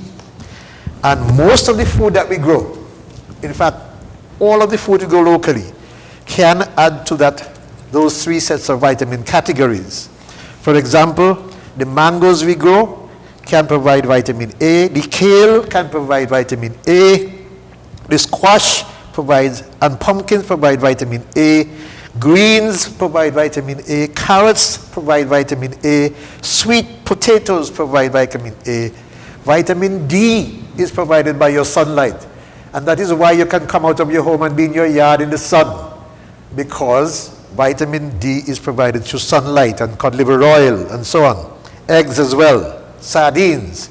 Vitamin C, your oranges, your grapefruit, your green sweet peppers, your red sweet peppers, your broccoli, your Brussels sprouts, your cabbage, your tomatoes, your cauliflower, your cantaloupe, your honeydew melons, your pineapple, your potatoes, sweet potatoes, white potatoes, your guavas, your pawpaw, your kale, and your lemons.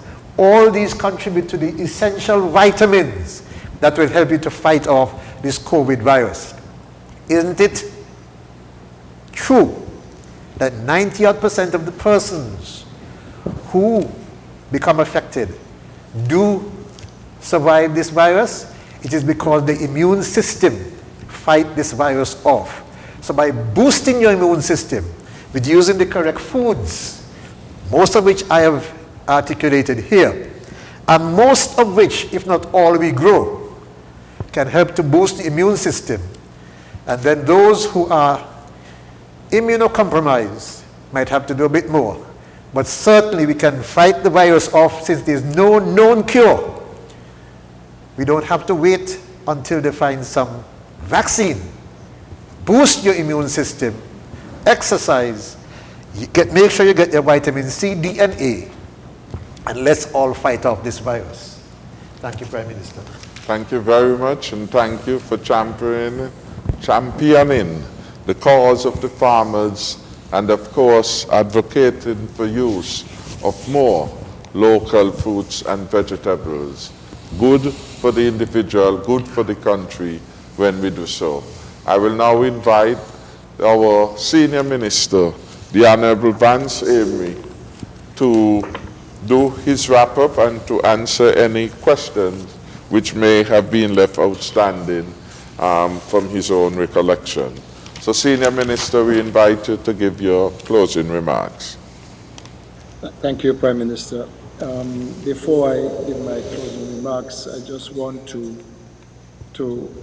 remind people that while they are quarantined, while they are locked down in their homes and their yards, that they should seek to do some form of exercise, and that they should hydrate themselves as much as possible so that they can continue to keep their body healthy as is necessary to fight this virus. It's important that they remain mobile and not just sit in their homes and watch TV or just be sedentary sitting or just lying down all day. I think a bit more activity to keep the circulation going and keep the muscles alive and moving would help to combat the coronavirus, in addition to the other things which Minister Hamilton just mentioned and any other medication which people are asked to take to strengthen themselves against the virus.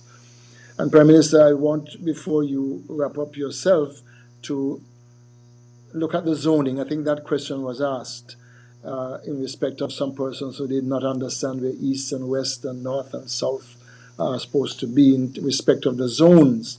And it is advisable that we, and you did certainly talk of the different villages, and perhaps a reminder of the villages in the different zones would make it easy for those persons to have a greater understanding of where they are as far as zoning is concerned. In Nevis, certainly it is an easier proposition because we have the 5 parishes which are easily identifiable, and I think all the people here know where St. Paul's, St. Thomas's, and St. James in District or Zone 3 and also in Zone 4, we are all aware of St. John's Fig Tree and St. George Gingerland. We know those delineations, and that would make it easy for us.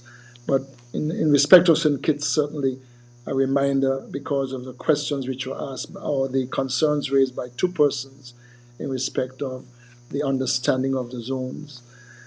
In wrapping up, I want to just say that the persons who have had their income impaired and whom we've outlined quite clearly, I hope, and who are eligible for assistance, that the Social Security staff, as I said, have been working even during these lockdown hours with special permission, and so too have the Department of Labor staff, who have been working to get together the claim forms to make sure that everybody who is entitled gets the support which is needed. And I said we've already begun the process. We have advanced some, and I've said to the Social Security and the department that we will provide the disbursement as we complete the first batch, and we continue to do so to make sure that we do not have a pileup of the claim forms, but we do so as soon as we get a reasonable amount. And one of the things which has been established is that the Social Security clearly prefers to make disbursement to the bank accounts of those who are to benefit, because it's an easier process.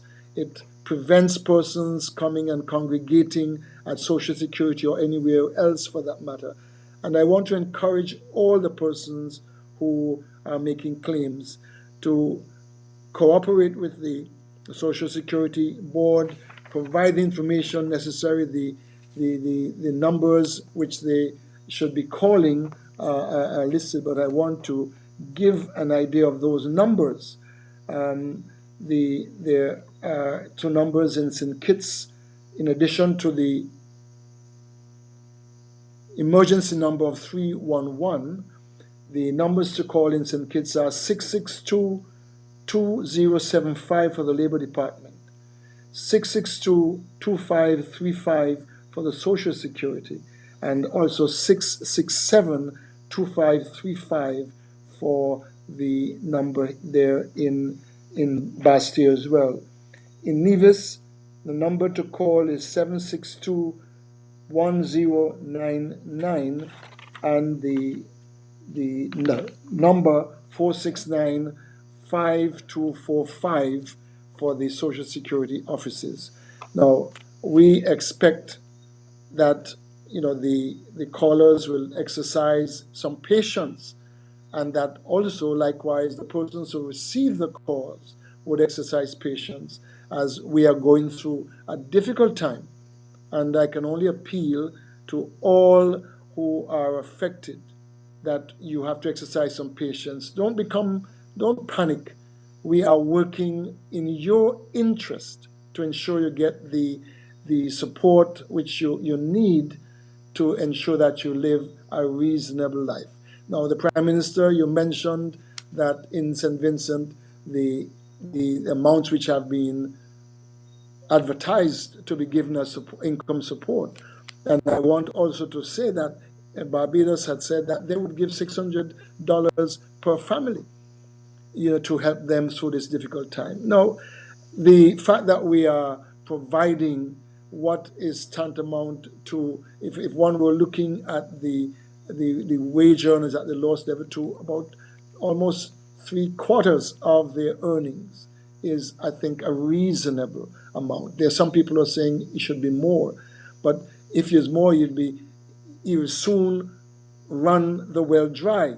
Our responsibility is to manage the resource so that we provide the best possible level of income support for the longest possible period, so that our people can know that their government and their Social Security, that we are looking out for their interests, and we want to help them through this difficult period.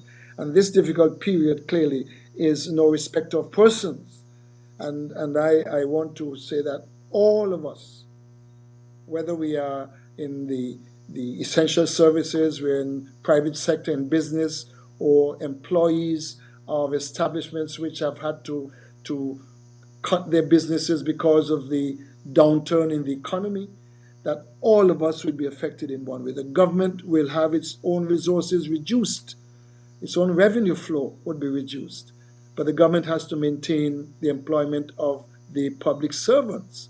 And this clearly is an indication of the goodwill and the need for all of us to pull together to support the process, so that we can get the best for for the greatest number across the board in St. Kitts and Nevis so that we can move forward and win the battle against this dreaded COVID-19 pandemic. I think it is possible, but we just have to follow good instructions and beware and ignore the fake news, which tends to interrupt and create confusion.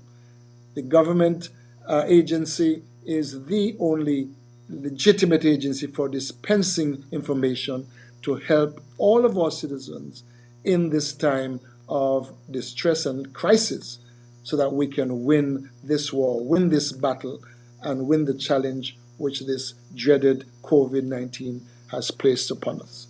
I wish all of us to remain safe, try to look after our health, take care of ourselves, and be moderate in whatever we do so that we can outlast this disease. Thank you, and good night to all of us.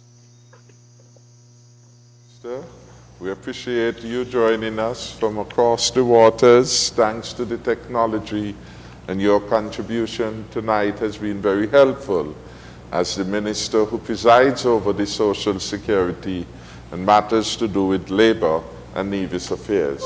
We want to thank you.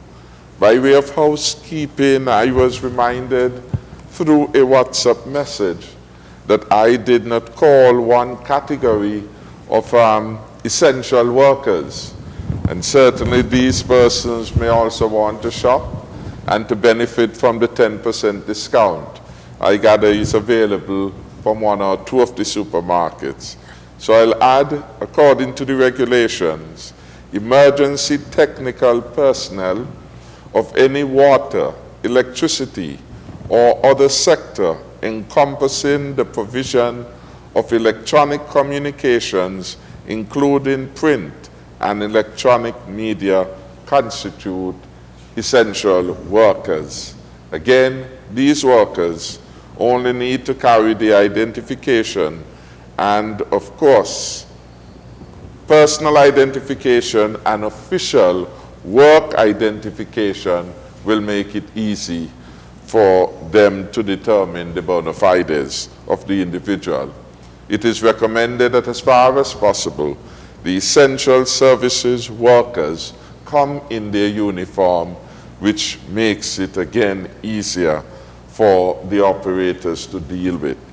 I want to take the counsel of the senior minister and to remind all of us in terms of the wrapping up that Zone 1, East Side, comprise all those areas east of a line through the center of 4th Street, going up through Victoria Road, extending all the way to the roundabout on the F.T. Williams Highway, going RLB International Airport just west of Taylor's Housing Development, continuing, as it were, across that highway into Connery, going via Keon, all the way down to Sadler's and Lavington.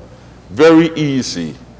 East is East Bastille, going countryside via Keon, all the way down to Sadler's and Lavington.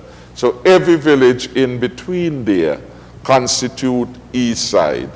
East Side, you're going in the direction of Keon from Bastille, and all the communities, starting from East Bastille into Connery, into Canada, into Keys, into Keon, into Otleys, Lodge Project, Lodge Village, Bowers, Phillips, Molyneux, Christchurch, Mansion, Bellevue, Harris Village, Sadlers, and Lavington is East Side, or Zone 1.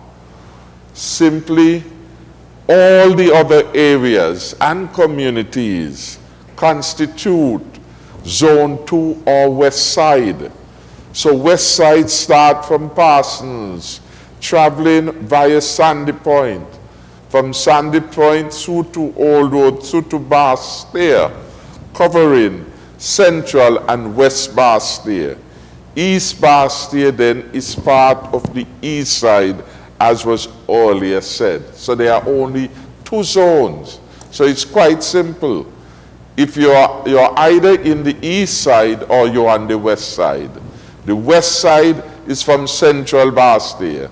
Central Bastille, we know, is from the 4th Street going west all the way into West Bastille, all the way back to Sandy Point, all the way, as it were, into Parsons Village.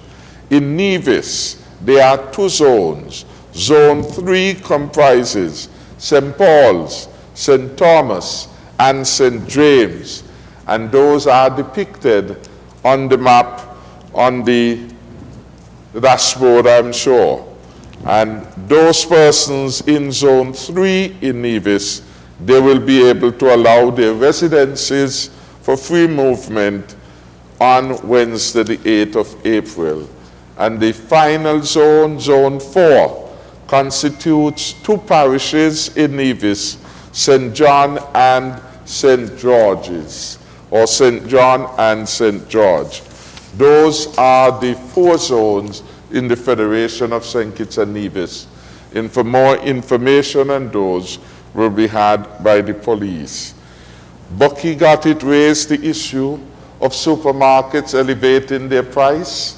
We would want to ensure that the supermarkets are being honest with their pricing, and of course, they are not attempting to price gouge at this particular moment in time. We expect honesty and good behavior at a moment of crisis, and so we will do the necessary investigation. Indeed, the PAP program is open and it is accessible online.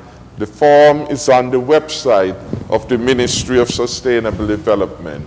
You fill it in, you return it, and you will be advised. PAP funds are processed once per month, usually in the last week or thereabout of the particular month. With respect to the payment of government employees, I can say and thank the hard, dedicated workers at the Treasury, the Human Resource Department. They went to work over the holidays. Come tomorrow, the government auxiliary workers, their salaries have already been sent to the bank. They are already processed. So GAE workers, your money is ready from tomorrow. Those of you who are physically collecting checks, it means that if you are in the East Zone, you will have an opportunity to physically collect your check. The majority of persons, their payments will go to the account, which means you can use your ATM or your credit card or what other device you have to access your monies from tomorrow. I think those were the principal matters that had been left. The caller asked whether the cabinet met. Yes, earlier on, I did say that the cabinet met yesterday. Yes. And in fact, we had a very long meeting from about 11:30, and we went on until after 6, I am certain that we did. So we had extended meeting looking at various matters, hearing presentations from the Chief Medical Officer, from the Permanent Secretary in the Ministry of Health, and other functionaries, from the head of the NEOC, Mr. Samuel, and other persons. And we discussed some of the matters we are now discussing. They came up, the issue of zoning came up, so that matter was in fact discussed and deliberated by the cabinet. The technical team was advised to give further study to it. They submitted their report on that sometime today, and they had further consultations on it again with some of the key stakeholders impacted by it. So it has been an ongoing process. In closing, finally, I want to say that the COVID-19 is a very serious pandemic. It is a war, and it is a war that my cabinet is determined to win. It is a war that every citizen and every resident must enjoy. When you look around the world, you recognize there is no silver bullet to treat with this particular matter. And the largest and strongest of countries in the world, such as the United States of America, such as mainland China, such as Japan, such as Italy, such as England, all of them have been shaken by this pandemic. There is no easy solution to it. And we are all learning as we go along, adapting to the best practices. And there is where we are. St. Kitts and Nevis, the smallest country in the world, is providing leadership, strong, effective leadership in this war against COVID-19. We do not pretend to have all the answers. What we do commit is that we will work very hard always to advance the interests of the citizens and residents of St. Kitts and Nevis. I want each of us to appreciate these are turbulent and challenging times. Some of the things we used to do before COVID-19 came, we can't do them no more. We can't continue to do the handshaking and the intimate kinds of greetings that were part of the norm of Caribbean society.